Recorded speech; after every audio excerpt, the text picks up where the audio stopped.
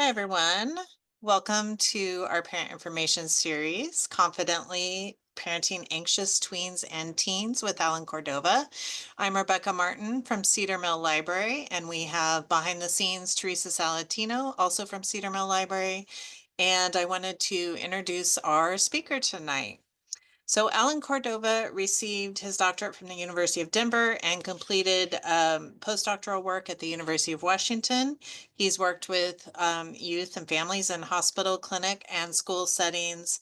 And he was born and raised in Oregon, has been a clinical psychologist at the children's program since 2002, and specializes in working with teens, couples, parents, and with an emphasis on treating anxiety and depression. Welcome, Allan. Thank you very much. And thank you for the invitation to talk to you all tonight, and welcome to everyone here. We were talking before y'all joined that even though this is, we're not physically in the same space, we want to create a space where people feel free to really engage and participate in whatever way that works for you.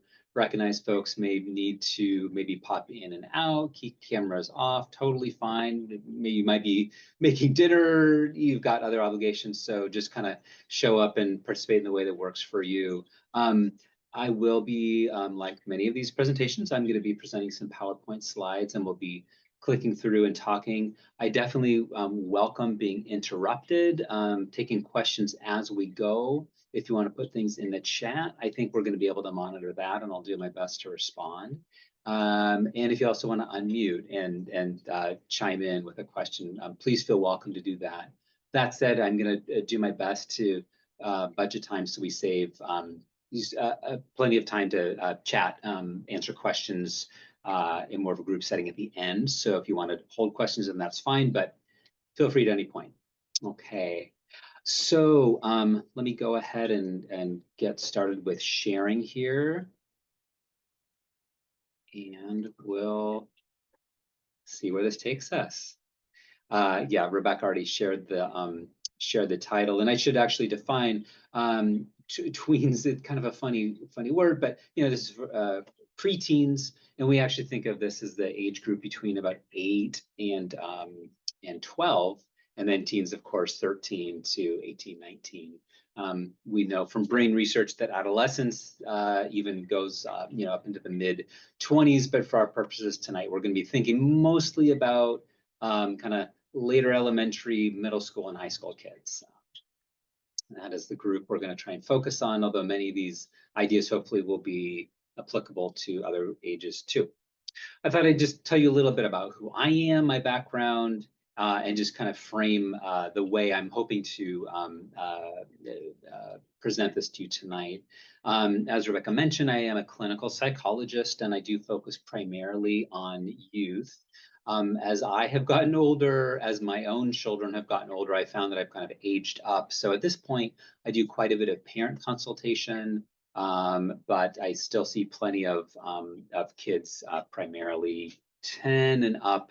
Probably the average age is somewhere 14, 15 years old if I average everyone together. Although I am a clinical psychologist, so I spend most of my work week doing therapy in consultation with families and kids. Tonight, my role is, of course, going to be really more as an educator and a speaker, and not as a treatment provider or a diagnostician. And although I'm certainly glad to hear questions, and I'll do my best to respond. Obviously, I'm not going to be making any clinical recommendations that would require more of a treatment relationship. But yeah, please feel free, as I said, to post questions, and I'll do my best to share what I know. Okay. Okay, I always like to start a talk by describing what I think we're going to do, what I'm aiming to do, and here are the aims. I'd really like us together to deepen our understanding of anxiety. What is anxiety? What does it look like? How does it affect people? Where does it come from? What's it for? Things like that. So to deepen our understanding. Also, we're talking about, well, why this age group? Well, one, it's because it's frankly the age group that I know the best. But also, I think there's something really exciting and interesting and special about this time of life.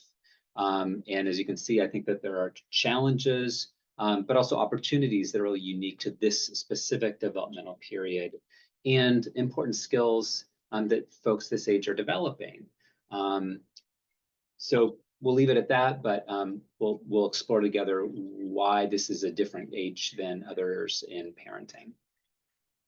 And what I really hope is that you're going to leave the talk tonight feeling maybe just a little bit more confident in your ability to show up and parent somebody who does experience anxiety. And I'm going to try and impart 6 specific strategies that may organize your reason for feeling confident tonight. Okay. So we're going to start off just with some framing, and this is something that definitely informs the way I think about working with people and working with families. And this is basically ecological systems theory. Folks may have heard of this.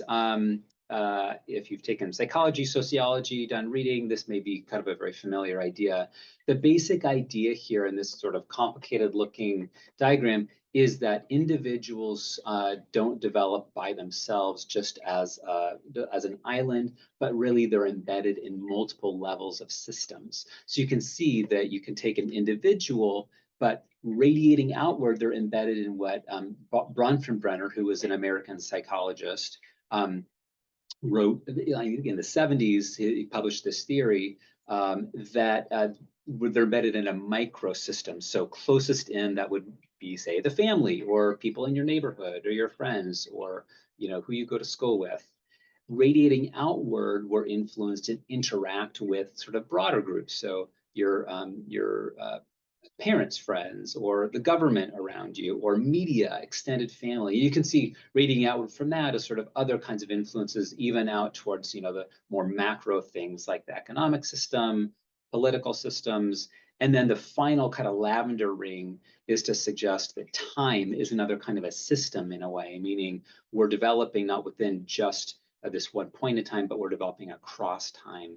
And as we'll see, this definitely informs a lot of how I view child development and ways to intervene and support parents and kids.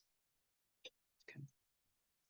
And as an example of sort of how the macro system or systems outside of just ourselves as an individual or as a family, how this can sort of interact with our own psychology and individual circumstances, I just want to do a quick review, step into the time machine, and talk a little bit about how COVID-19, the pandemic, potentially had impacts and may still have some impacts. So as a quick review, I just still, every time I look at these numbers, I'm surprised like the rate of change and how quickly things unfolded just within our state. So from the end of February to, like 10 days later, a state of emergency was declared in Oregon.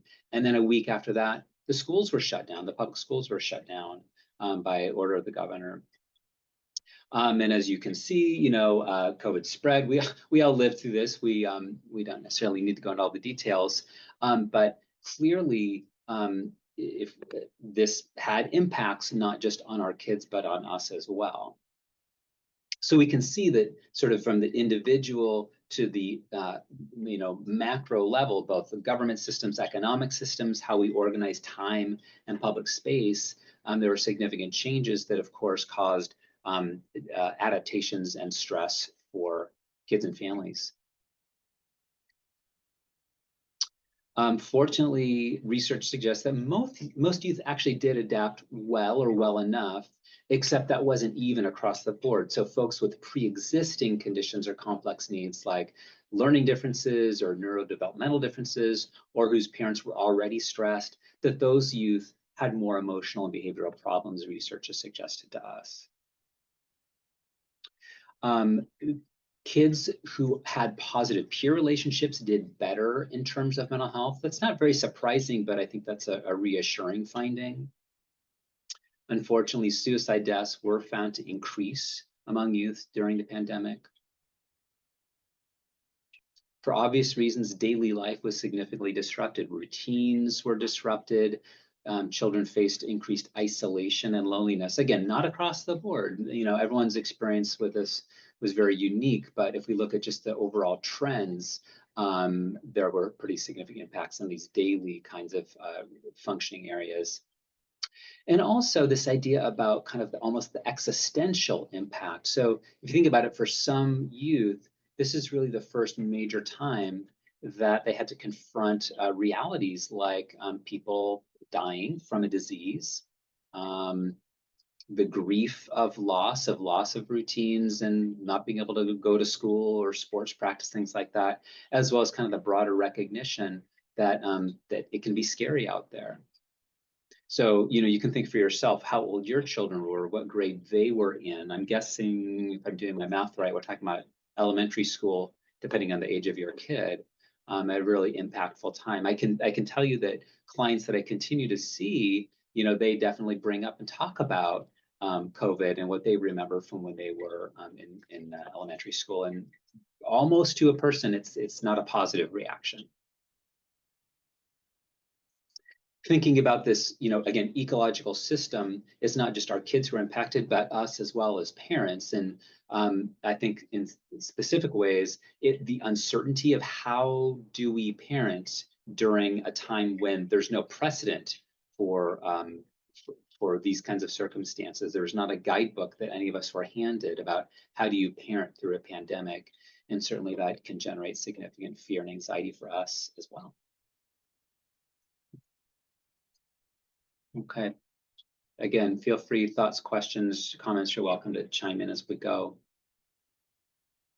Let's talk about kind of some definitions and some basic facts, background around anxiety and what we mean. Let's start off though with fear, and we're going to see if we can distinguish that from anxiety.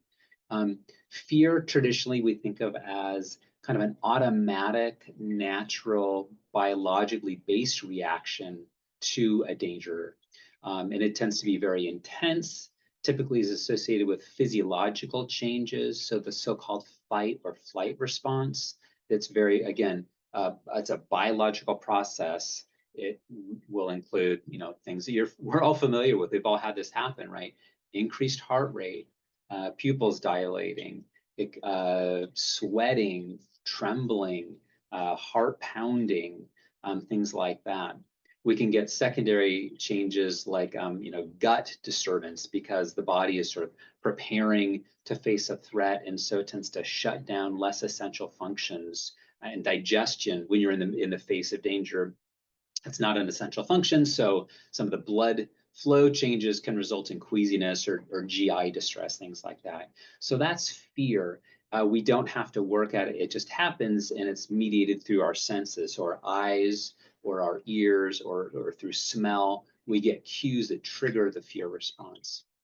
In contrast, anxiety is a complex reaction, but it's to a perceived threat. It's not necessarily something that is happening. It might be something that's purely in our imagination. It could be something in the past. It could be something in the future that we perceive is coming, but it's not the same automatic response to an actual danger, except that the brain doesn't fully know that, and so we can get similar kinds of physiological disturbance and similar experiences as we would with fear. Anxiety is about the anticipation of danger or discomfort. So a question that we might want to consider is, okay, when is anxiety a disorder? I think it's safe to assume that pretty much everybody has some degree of anxiety, and we know that it can be adaptive, as we're going to keep talking about. But when we consider it a disorder, at least as mental health professionals, there's really two pieces that we look for. The first one is what we call functional impairment. So what that means is the anxiety getting in the way of living your life in a meaningful, successful way? Is it keeping you from doing your job? Is it keeping you from engaging in normal life activities? For teenagers and tweens, their job is to go to school, to participate in activities, participate in the life of their family and friends. And so when those things get shut down, and not just for a day or two, but for more of a prolonged period of time, that's when we start to really look at what we call functional impairment. The second thing we look for is what we call subjective distress. So it could be that a kid is gritting her teeth and really able to do life, to go to school, to get the stuff done, but is feeling pretty miserable most of the time. It's weighing on them. They're thinking about their worries or feeling pretty bad most of the day, more days than not. That's also considered when it sort of crosses from just anxiety into something that might be considered an anxiety disorder. So definitely, if and when you are concerned, we recommend getting it checked out. Number one place to begin is with your kid's primary care provider. There's other providers too. You can certainly seek out professional assessment or help. But usually this is something that it takes a little bit of time to differentiate. Is this something that's kind of a blip or sort of a normal reaction to something, or something that's a little bit more like here to stay and needs to be worked on with some intervention? We're going to talk for a minute or two about the neurobiology of anxiety. We won't go into a ton of detail, and there's more detail on this slide than we need, but let me orient you just for a minute. So this is the brain. You probably figured that out. This is the front of the brain, so the area behind your forehead. This is the back of the brain, back here. And this is the spinal cord connecting down. Okay, so the key points here are that there are physiological regions of the brain that are really dedicated to and focused around processing emotion and senses and mounting a fear response. And so that's what I mean when I say it's a biologically driven, physiologically driven process. The structures that are primarily responsible for fear responses are fairly central inside the brain, deeper in the brain. And here we're talking about a structure, primarily the amygdala, right there, where I'm waving the mouse, that is really involved in the fear response. And then you don't need to remember this, but a structure that's the BNST, the bed nucleus of the stria terminalis, that is really more related to anxiety. So it's not the presence of an immediate threat, but it's the imagined threat, the worry. Okay, the key pieces that I want you to take away from this are that the brain is very complicated, clearly, and there's a lot of interconnections. So what that means is that sensory input, like from the optic nerve, say, those kinds of sensory inputs are processed in this limbic system. This is here, the stuff in color is the limbic system. The sensory input gets processed there. Some kind of response is created, and then that radiates outward towards other parts of the body, like the gut, the muscles, the sweat glands, things like that. So the simple way to think about it is there's some kind of stimulation in the environment. It leads to neurochemical events, and those neurochemical events lead to emotional changes and behavioral events oftentimes. Okay. Going into this just to sort of highlight this idea that much of the time fear, I'd say most of the time fear, and much of the time anxiety, it is not something that's just, oh, it's just in your head, that it's sort of a full body response. It's certainly mediated by the brain, but there's a lot more involved than just that. And also, if you tell someone, well, just calm down, if they're upset, it's not so easy, as we'll talk about. Allan, can you speak a little bit about like what happens when someone has an anxiety attack versus just kind of, Sure. just kind of anxiety that's at just a balance, like not balance level, but just a certain Mhm. level versus an attack? And Okay. when do those attacks happen? How Yeah, does that that's a work? great. Yep, yep, yep. Yeah. So an anxiety attack, or more formally, it would be defined as a panic attack, is really kind of an acute, sort of time-limited, huge escalation in kind of fear-based response kinds of sensations. And as far as what might trigger it, that that's a very complicated response.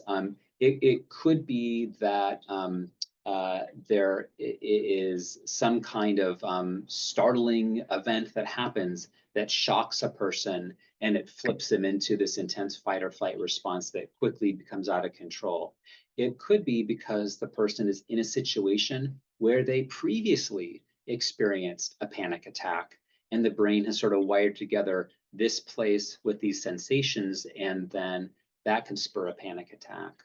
Um, the associated symptoms that usually go with a panic attack tend to be kind of the classic fight or flight, but very intense sensations: heart pounding, palpitations, shortness of breath, dizziness, queasiness. There might be thoughts or interpretations like fear of going crazy, fear of dying, fear of having a heart attack. For those reasons, by the way, if it's the person's first time ever having a panic attack, or you don't know what's going on, it's safer to assume that it is a severe medical emergency. You have to use your judgment. If it's pretty clear and you're talking about a child, the odds that they're having a heart attack are extremely low. But especially with adults, older folks, if this has never happened before, it's probably going to be better to err on the side of caution. Um, in terms of kind of why a panic attack happens and sustains, the way I usually describe it is the body is having some kind of physical sensations, and then the mind makes interpretations of it that start to exacerbate the cycle. So you might feel kind of off, think, uh-oh, something's wrong here. Oh my God, I'm going to throw up. And then if you start to have that thought, it's going to escalate your anxiety, which is going to cause more GI distress. Oh my God, right. And then you start escalating more. And so the physiology and the interpretation of what's going on start to feed each other. And so you kind of get this quick escalation. And by quick, I mean, it can be a 5 minute or 10 minute. It feels like an eternity. If you've ever had a panic attack, it's terrible. But it's usually considered time bound. That's the good news and the bad news, I guess. The reason it's also kind of bad news is that once a panic attack is fully underway, there's really not a ton that one can do on one's own just to like stop it. And so usually if you're witnessing a panic attack, you're there to comfort the person, reassure them, stand by, and it's going to sort of work, kind of go up the hill and come back down again. So anyway, I don't know if I over-explained that, but that's a bit about panic. Were there other questions or thoughts about that? That's helpful. Thank you. Okay. Yeah. Panic attacks can co-occur with other anxiety disorders. There is a mental health disorder called panic disorder, which just means recurrent panic attacks. If you've heard of agoraphobia, agoraphobia is usually thought of as, oh, like you're afraid to leave the house, but technically what it is it's fear of being stuck in a place where you might have a panic attack. And so that can lead people to get kind of more avoidant and homebound and avoid things where they worry they might get really, really anxious and upset. Not surprisingly, treatment recommendations is to, as much as you can, not give in to the avoidance, but to very safely, slowly, and gradually expose yourself to situations where you might be avoiding them. And that's the way to get through panic attacks. And of course, there can work with a medical professional. There are medications that can quickly sort of, well, not quickly enough, but can sort of tame or interrupt a panic attack in its early stages. But again, that's something that's beyond my scope of training. So, okay. Talk a little bit more about some background here. We do have good reason to think that anxiety has become more prevalent, it's been more common. And this was a trend that was identified that even predated the pandemic. So it'd be easy, oh yeah, like of course, the COVID pandemic made everyone more anxious, and it did. And anxiety rates were already increasing for a multitude of reasons we won't talk about here. And I don't know actually that anyone has definitively established here are the reasons, but there's a lot of speculation about the role of technology and social media, or sort of increased interconnectedness of the world, or geopolitical trends. But for our purposes tonight, the takeaway here is anxiety is very common and it's been increasing in prevalence. Roughly 1 in 4 teenagers would be diagnosed with an anxiety disorder at some point. And also, children of parents who have anxiety are more likely to develop anxiety than those who don't have anxious parents. Um, why might that be? We don't know. We think that genes, genetic factors might account for 30 to 40% of the risk for anxiety disorders, but as you can see, that leaves what, 60 to 70% that could be attributable to other kinds of factors. Could be environmental factors, could be modeling, could be life experiences, but chances are pretty high that there's more than one person in a family that is experiencing anxiety if one person has anxiety. So, okay. I'd like to take a couple of minutes to talk about relationships, anxiety, and attachment theory. I suspect that a lot of us on the call tonight have heard of attachment theory. I'm not going to exhaustively describe it, but I'm going to kind of give you a quick thumbnail sketch. Attachment theory is basically a recognition that a key function or a key task of the parent-child dyad, that combination, is to provide nurturing and reassurance to make sure that we successfully raise our young, right? And that both the child and the parent are engaged in that process, meaning the parent obviously takes care of the baby, not the other way around, but the baby does a number of things to get us to care for them, or the young human does things to make sure that its needs are met and we take care of them. So for example, crying is an attachment behavior, right? A baby cries and typically the parent notices or hears, right? And there's even research that, we're great at picking out our own child's cry, right? From a crowd, and what the different cries mean. That's all related to attachment behavior. Once kids start to get mobile, if you're, on a playground, say, and they kind of creep away from you a little bit, then they'll turn back and look for you to make sure you're still there. That's attachment behavior. Or if you have moved away from them and they try and cling to you, or if something scares them and they run to you and hold up their arms to be picked up, that's attachment behavior. So this idea is that, whoop, come back. I'm assuming your screen went blank too, because mine did. Yeah, it went away. There you go. We're loading. Sorry about that, guys. There you go. Okay, good. Talk about my anxiety just spiked there a little bit. The presentation disappeared. Anxiety, then, we have to realize, sort of exists within a relationship much of the time. And so then moving over to these the colored rectangles here, obviously, as we've already been describing, anxiety includes both cognitive or thoughts, cognitive processes, behavioral things, and physiological changes, and that forms the anxiety response. But in terms of a relationship, we want to think about, well, what is the function of those anxiety behaviors? So by anxiety behaviors, we mean things like talking about a worry, that's an anxiety behavior. Crying could be an anxiety behavior. Seeking closeness or wanting to be held or physically comforted could be an anxiety behavior. Avoiding something, running away, that could be an anxiety behavior. And so in terms of the relationship, we want to think like, okay, well, what's the function of this? So when my kid is showing anxiety, what does it kind of mean and what might it be there for? A lot of times, I'd say most of the time, it's a key relational function is to communicate to us that the child is having upsetting thoughts and feelings. And back to attachment theory, it's there to motivate us to help them feel better or safer or to resolve the anxiety they're feeling. Is that making sense to people? Right. So it can be something that for us as a caregiver is like, again, right, that we might be frustrated or we might be anxious ourselves about our child's anxiety, right? We have an emotional response to it, which of course is normal, but I want to encourage us also to think about, okay, well, what does this mean, right? Why is this anxiety being communicated, and is it there for some reason? And is there some role I can play with this? That's why you all are here tonight. You want to know what role you can play. Okay. We're going to do a little bit more framing before we start talking more about strategies. But we're going to talk about 4 key assumptions. First, as I've already said in the introduction, is there's something kind of special about this time of parenting. Adolescence poses unique challenges, but also opportunities. I'd be curious if people want to say, like, what do you think might be uniquely challenging to you as parents about the teenage years? And is there anything that's especially cool or that you view as an opportunity that's different than when your kids were younger?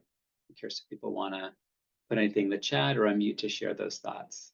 What's hard or especially cool or rewarding about parenting teens and tweens?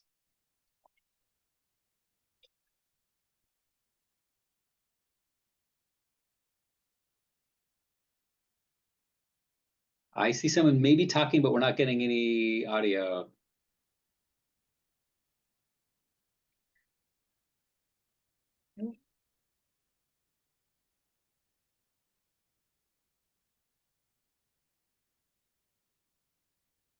Do we give it a minute?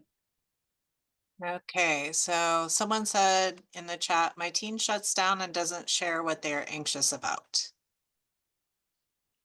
Yes. You can tell they're anxious. You can tell they've shut down, but you can't you can't tell why, or they won't share what the content is. Yeah, that is definitely challenging, right? So it's like you get partial information, but you're blocked from really being able to be very helpful, maybe. Yeah, And as great. a follow-up comment, she gets really mean too. Yes, yes, yes, yes. Right. Yeah. So far, I've been talking about, like, what if they seem needy or they seem like they're comforting, but what if they're like biting your head off or really grouchy? That's very different and very challenging. Great. Can you hear me now? Yes. Oh, okay, awesome.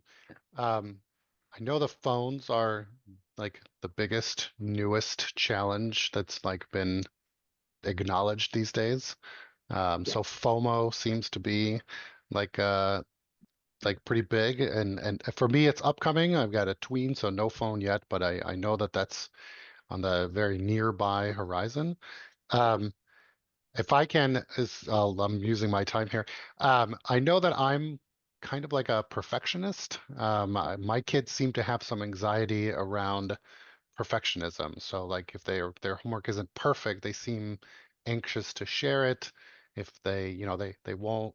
Um, they Yeah. feel maybe challenged when we play a board game because they might lose, and so there's a little bit of an anxiety there. I don't know if it's uncommon or not, but it seems like they feel the need to exceed expectations all the time. Great. Thank you for that. Keep listening. One of the last slides, we're going to talk a little bit about perfectionism and yeah, kind of that pressure that is oftentimes self-imposed. Yeah. Great. Yeah. What I will say, I think, as far as kind of something that's kind of unique or positive, or an opportunity even, is that sort of the new cognitive development that's different about teenagers, where they can start to think a little bit more abstractly sometimes, or do a little bit more perspective taking sometimes, that can feel a little bit different than maybe at other times of life. And so it's like, oh, whoa, like you've got some really cool ideas. Or sometimes, our teenagers teach us things that we didn't know about. So yeah, fortunately, there's some positives to offset some of the challenges sometimes. I want to offer a second assumption that will organize some of the rest of what we talk about, and that's basically these sort of two opposing impulses or needs that we have as parents. So as you can see, on the one hand is this impulse towards protection, which is rooted in attachment. Like we said, it's like it's our job. Biologically is kind of wired into a lot of parents, to protect our kids from harm or threat. So, and that doesn't go away with our teens and tweens, right? So that's one impulse, is to protect. But on the other hand, we recognize that it's our job to support them being more independent, kind of kind of that readiness eventually to launch, right? And that requires us not just protecting them, but kind of pushing them a little bit, right? So we get these sort of two hard to manage or hard to balance impulses of protecting on the one hand, but also needing to push them on the other hand. And of course, that you can see that sort of builds up a conflict, right? Another really important assumption is that back to, again, to the circles we started with, the Bronfenbrenner stuff, is that we really can't and shouldn't do this alone. We really do need community and social support. And then finally, I don't think this is controversial to say that our well-being is really directly linked to our kids. If they're not doing well, we're not doing well. I can't remember the quote. Basically, every family's happiness is limited by the least happy member, the least happy kid, right? So, we certainly are influenced by our kids, and it's, I think, true as well that if we're struggling, if we're having a hard time, that can kind of radiate outwards as well and have some impacts on our teen or tween. Okay, so these are assumptions that build towards the rest of the talk. As well, teens and tweens, they're famous for changing a lot, being very changeable, sometimes hour by hour. And there's just a ton of development socially, emotionally, and physiologically. And there's even a lot of brain rewiring happening during these years. I picked out three, these aren't the only three, but three capacities I think are really critical: regulating emotions, tolerating distress, and solving problems. Let's go through those quickly one by one. So for regulating emotions, there's a lot to this, right? Like teens get maybe it's fair, maybe it's a bad rap, but they're sort of stereotypically like really emotional. And a lot of that I think is related to they're trying to figure out how to just kind of deal with these sometimes confusing, conflicting, intense emotions. So for them, it's about understanding their emotions, talking about them, like letting us know, hopefully, or letting people know, and also sort of putting some sort of a buffer between how they feel and then what they do, right? So they can feel angry, but they don't have to act out that anger.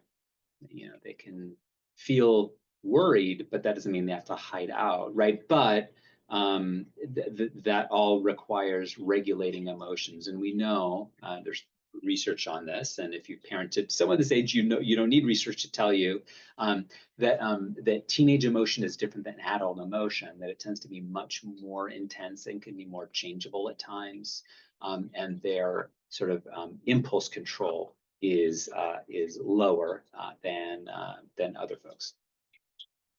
Tolerating, so basically kind of handling, dealing with, accepting uncomfortable emotions or uncomfortable states like boredom or something being really hard, or anxiety to it. I mean, that's what we're here talking about tonight. And then finally, there's a lot of problem solving that has to happen for teenagers and younger kids, right?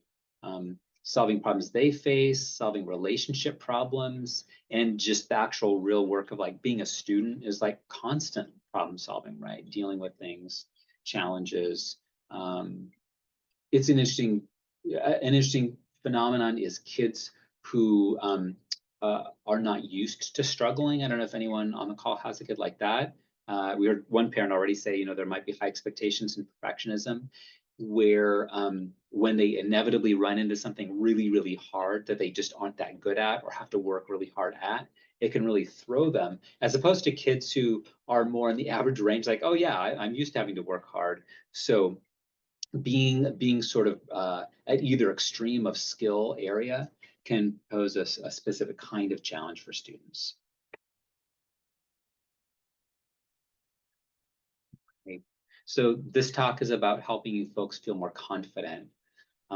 So we want you to have a good plan, right? And that makes sense, that confidence in parenting is typically improved when we feel like we kind of have a game plan, we know what we're doing or have some ideas. But we want to be realistic that skills and strategies, no matter how good they are, they're not going to solve anxiety.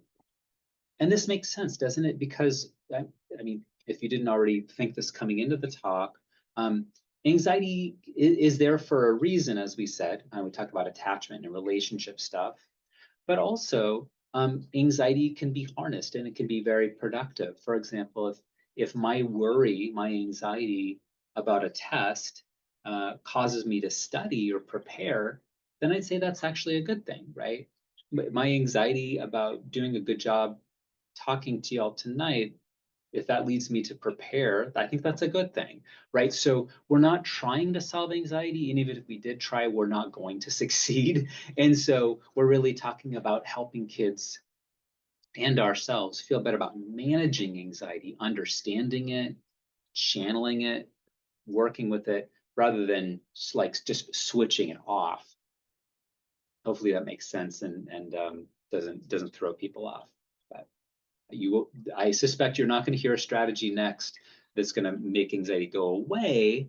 I think it's hopefully going to help mediate it, tap it down a little bit, and make you feel more confident.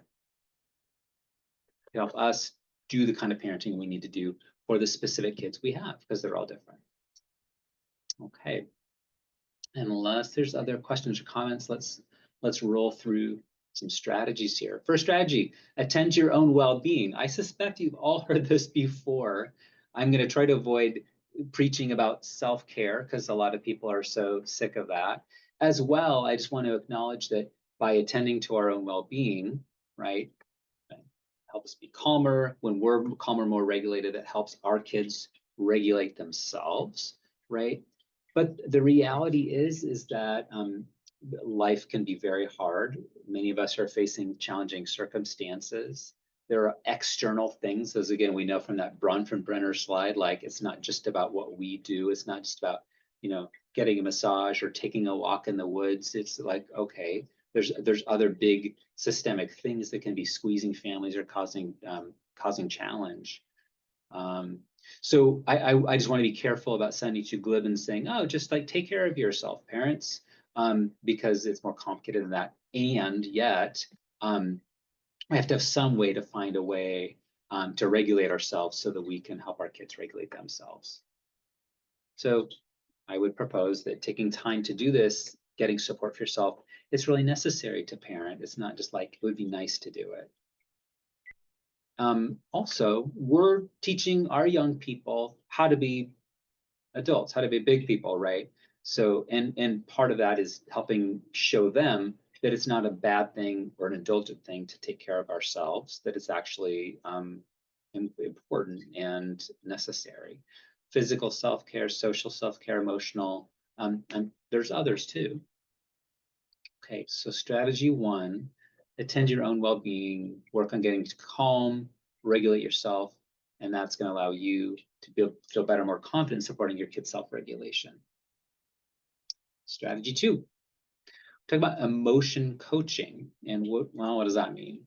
It's helping kids manage their emotions and solve their problems is going to help them be more confident and can help them reduce their anxiety. Emotion coaching is something I think you already know how to do or have heard before. It basically is aiming to strike a balance between just focusing on the emotion or just solving the problem. We're trying to kind of do both of the things of identify an emotion, help the young person process it, but at some point when a problem does need to be solved, figuring out how to deal with that problem. It's really emphasizing coaching and advising rather than I'm going to come in and solve this for you, or I'm going to fix this problem for you. There's really 4 steps. When you experience your child in distress, expressing, in this case, anxiety, you can notice and label it. Wow, you look really upset. What's going on? Or you seem like you might be feeling really worried. You can call it anxiety if that's not going to set your kid off. I'm not anxious. Notice and label it.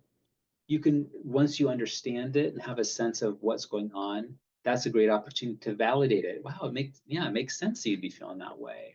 Or wow, yeah, I can tell why that would be so upsetting to you right now. The 3rd step would be you support and identify options. Like, okay, do you think there's something you need help with here? What do you think you might be able to do about this? Can we come up with some ideas that might be almost like brainstorming? And then the 4th step would be to help them decide, okay, so of those things, what do you think you're going to do next? What do you need from me? What do you think you're going to do? And you follow up on it. These steps are really nicely outlined in a book by John Gottman. Many of you have heard of John Gottman. He's known as known as, because he is a marital therapy expert. but he's also done a lot in terms of parenting work. And this book, The Heart of Parenting, got a printed book. There's also an online course last time I checked, so you can check that out. So John Gottman goes into a lot of detail about emotion coaching. Strategy 3. We're going to spend a little bit of extended time on this. This is understand and manage accommodation. And accommodation has a specific meaning in this context here. Over accommodation maintains anxiety, as we'll see. So let's talk about it. What are we talking about? I want to acknowledge that this is taken from the work of a psychologist named Ellie Leibovitz at the Yale Child Study Center.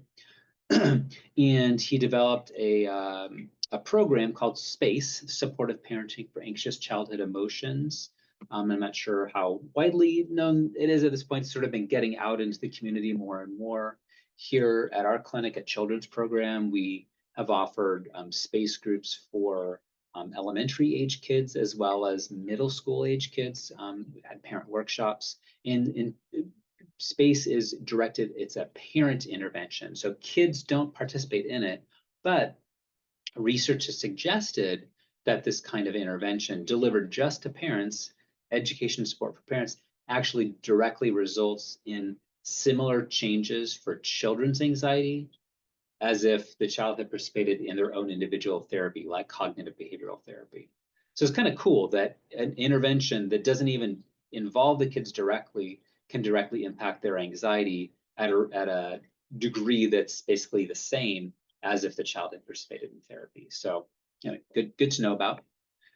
And a great book that Leibovitz wrote is this book, Breaking Free of Child Anxiety and OCD.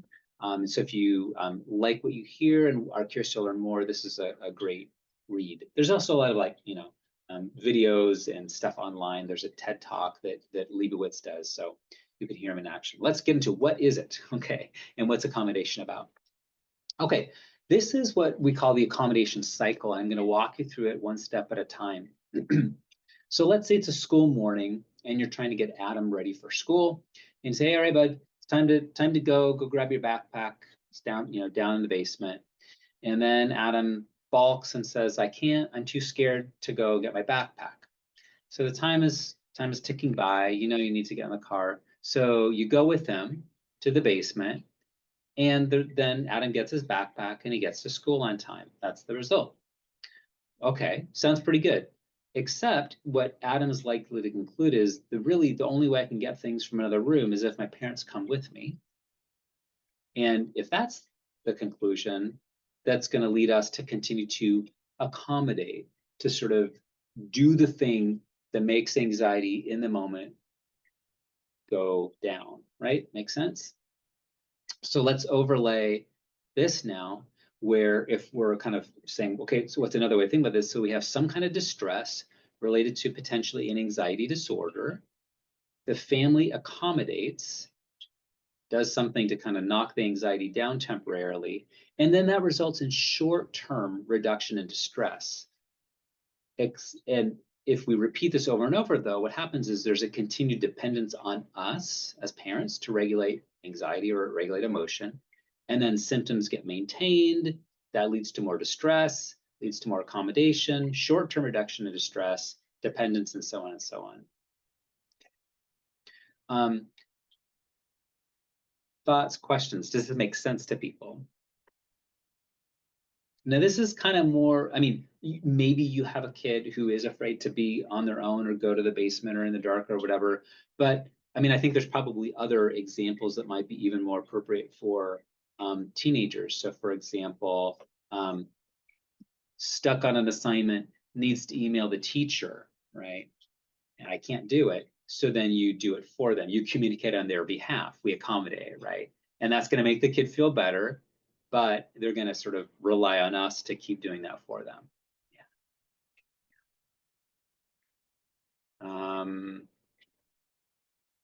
A sports practice that they didn't do very well at, they're reluctant to go the next day. Okay, you don't have to go. That's an accommodation. So it's a little bit beyond the scope of tonight, but I'll just say there's different kinds of accommodation. Really, the two kinds are what we call participation, where we sort of get involved and help the kid do the thing that they're really capable of doing, but they're scared to do.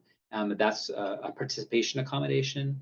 And there's also modification. That's another accommodation where we basically set up the environment in such a way where they don't have to feel the anxiety. So a kid who may be nervous to order at a restaurant, we order for them. That's basically a modification. You take away the need to do it. Or a kid who's uncomfortable with the germs, and we constantly carry in our purse or our backpack or whatever a bunch of wipes or Purell, and we're proactively giving it to them because we know they're going to get upset if we don't do it. That's an accommodation, right? So they can be very subtle, and as we'll see, it's not like accommodation's a bad thing. They're actually, it's a natural action, and we need to do accommodations from time to time. Good parents accommodate. It's hard to see kids suffer, and also by doing an accommodation, it actually does solve the problem, right? If a flight is about to take off and you need to get to the airport or need to get on the plane, you might need to accommodate and do something the kid might normally be able to do. Or I don't know, if there's some like major deadline and it's gonna have life-changing consequences if the kid isn't able to do it, you're probably gonna be a little bit more involved than you'd be just for a regular assignment. So I don't want anyone to leave tonight thinking that you're not supposed to ever do accommodation. What we're talking about though is the fact that if it gets entrenched and becomes sort of our go-to response, it can have unanticipated consequences, right? It can send a message to the kid that they're not able to do these things. So we're going to suggest, and this is the space program here, an alternative to accommodation is to increase our support while we step back a little bit from doing as many things for the kids. And this balances protecting the kids, but also helping them cope more with their uncomfortable feelings, with their discomfort.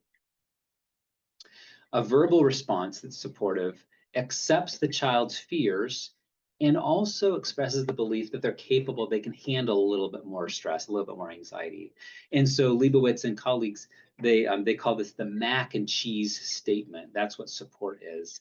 So just like mac and cheese, you need both macaroni and cheese. To have support, you really need acceptance and confidence. Acceptance of the fear, acceptance of the emotion. You're not shaming or blaming them for it, but also confidence that they have the ability to handle the situation. So here's an example. We know you get scared when we don't come with you to get things from your room, but we're sure you're going to be okay. Right?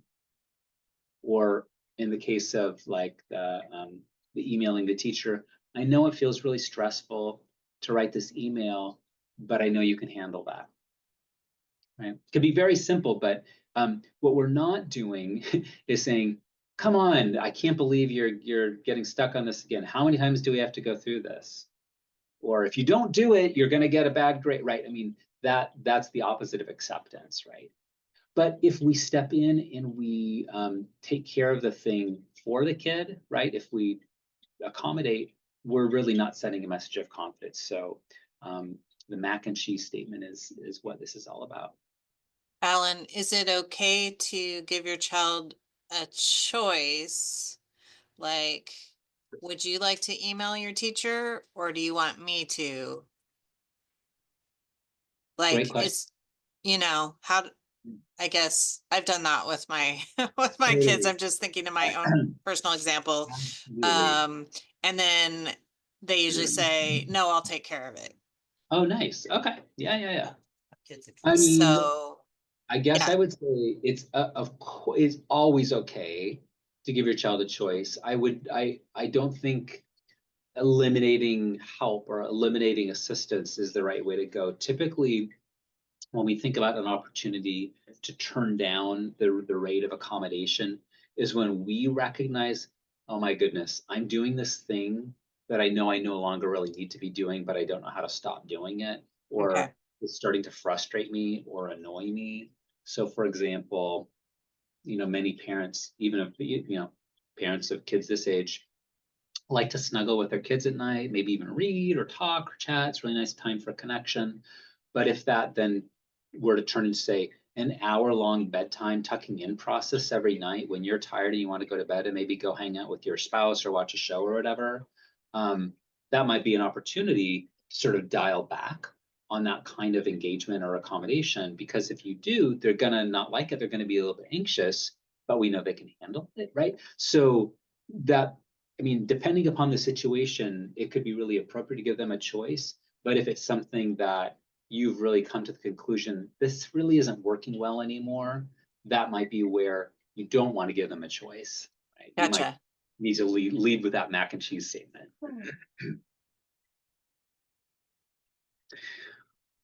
Manage expectations, assumptions, and values related to achievement. So achievement pressure and socially prescribed perfectionism impact anxiety. And so, Roy, earlier we were talking about perfectionism, and socially prescribed perfectionism is where people, or in this case, teens and tweens, feel that others expect them to be perfect, and so they internalize that. And this is different than kids really wanting to achieve a lot or really wanting to push themselves. That's healthy, that's good. We don't want to diminish that. But when it sort of becomes this kind of achievement pressure where kids have internalized this idea that for approval, to be okay, to have a good life, to be a good kid, they have to be perfect, or they have to get into Stanford or whatever, right? That's where we can see it sort of heightening anxiety. So a couple of thoughts on this. Of course, of course, of course, we desire the best for our children. And I think it's worth, I mean, we've heard that, we maybe even said that, I just want the best for them. But we might ask, well, what does that mean? Exactly, what exactly is the best? And so this is, of course, going to be highly dependent upon your values as a parent. Do we mean the best education? Would a pretty good education be okay? It's not my place to tell you what you should expect for your kids, but I think it's good to sort of question what exactly it is we want, and how do we know something's the best, and if we're messaging that we need the best, what does that do to our kids? Like, what if you don't get the best? That means that you've failed, right? Or you haven't gotten good enough. So I think it's a little bit tricky to take a very natural parenting impulse and sort of figure out how do we apply that. As well, we have this paradox, like, oh, it's so, these days it's so crazy, or these are such uncertain times. But I'm pretty sure that in every generation we always feel that way. I think if we talk to our parents or our grandparents, they would probably also say, oh wow, there's like all this wacky stuff going on, right? So there's always uncertainty, and when we really want something and we're living with uncertainty, that causes anxiety, right? We don't know if we're going to get it. We don't know how to get it. We worry what will happen if we don't get it. So I think it's important just to spend a little bit of time in self-reflection on what exactly do we expect of our kids, especially when it comes to achievement. And of course, it's hard to disentangle what we want for our kids from what we ourselves have experienced. So for example, if I have really struggled in an area, I want my kid not to struggle in that area. And if I think that they can avoid that struggle by achieving more, that might lead me to be a little bit more intense or pressuring than I need to be. If I've really had a successful experience and I think, well, this is what worked for me, and so I want you to replicate that because that's going to lead you to happiness like it's led me to success, that could lead us to sort of an over focus on achievement. And there's both common sense and research has suggested that an overemphasis on perfectionism can be associated with distress.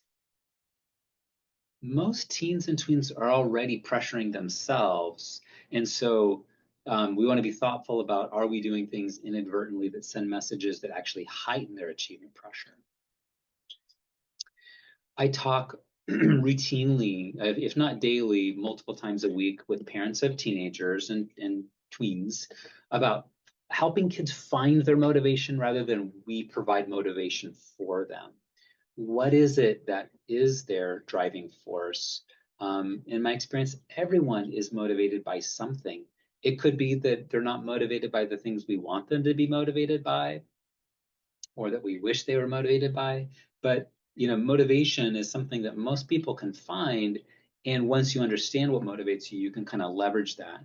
So you may really want them to be motivated to study, They may be really motivated to hang out with their friends.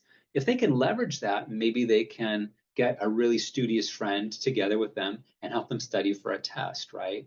They may be motivated to do video game stuff. We may want them to do a good job on their project.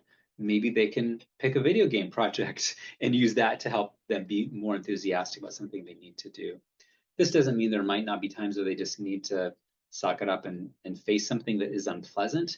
But whenever we have the opportunity to help kids be smarter about what drives them, I think we're doing them a service rather than us sort of applying pressure to kind of get them to do something we need them to do.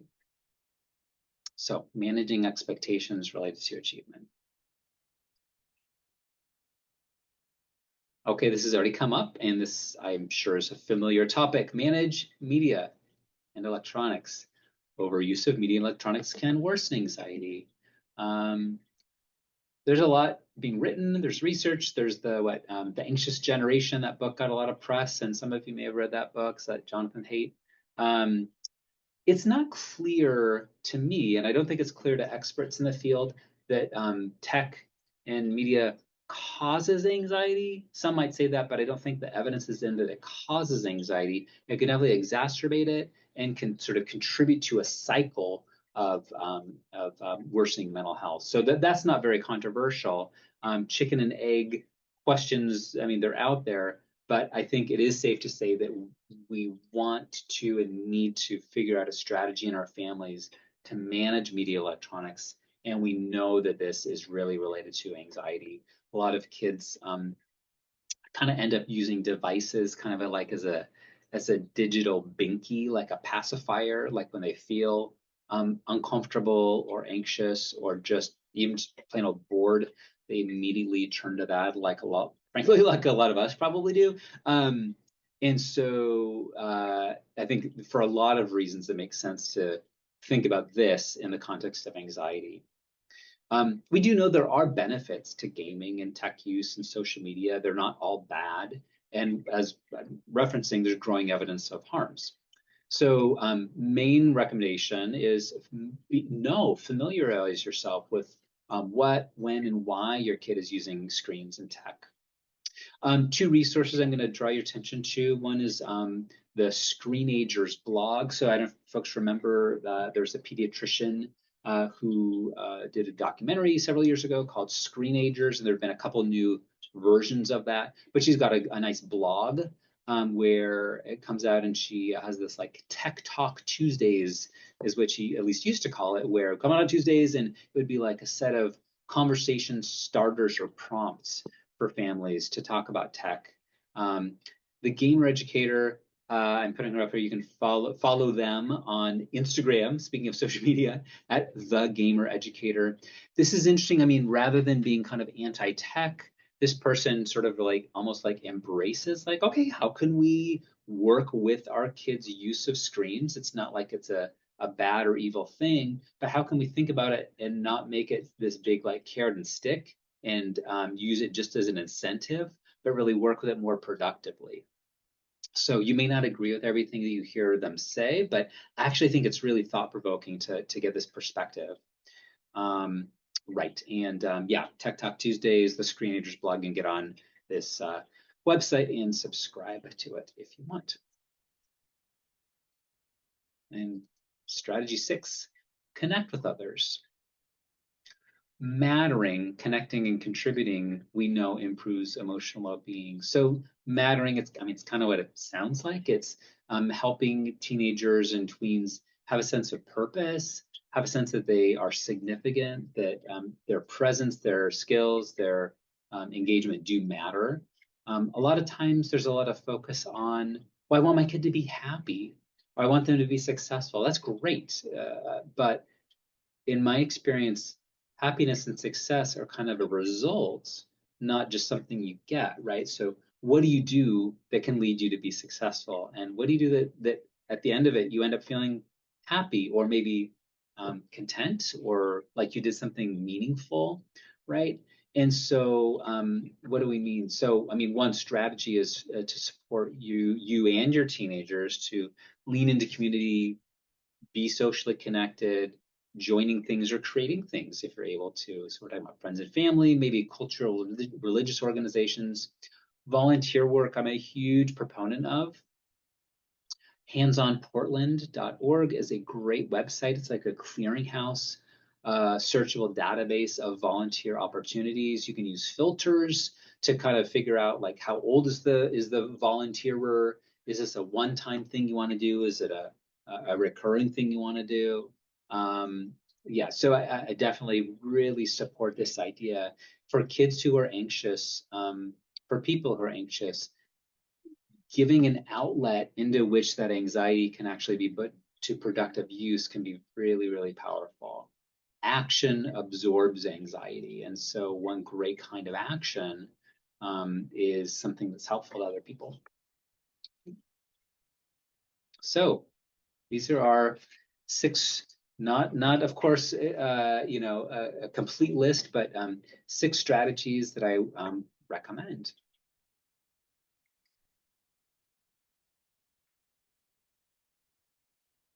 So I've kind of woven this idea in and out of the talk tonight, but parenting is a huge responsibility and we take the work very seriously. I think a risk for us sometimes is that we can become unrealistic about what we expect of ourselves and how much we can control what our kids think, feel, and do.